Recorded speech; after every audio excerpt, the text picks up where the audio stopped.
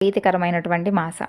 అలాగే గోదాదేవికి కూడా అమ్మవారు ఆవిర్భవించినటువంటి మాసం ఇదే కాబట్టి అమ్మవారి చరిత్ర ఎవరైతే వింటారో వారికి ఉన్నటువంటి సకల కోరికలు అలాగే సమస్యలు అన్నీ కూడా తొలగిపోతాయి. కాబట్టి భక్తి శ్రద్ధలతో అమ్మవారి యొక్క చరిత్రను వినవలసిందిగా మనవి.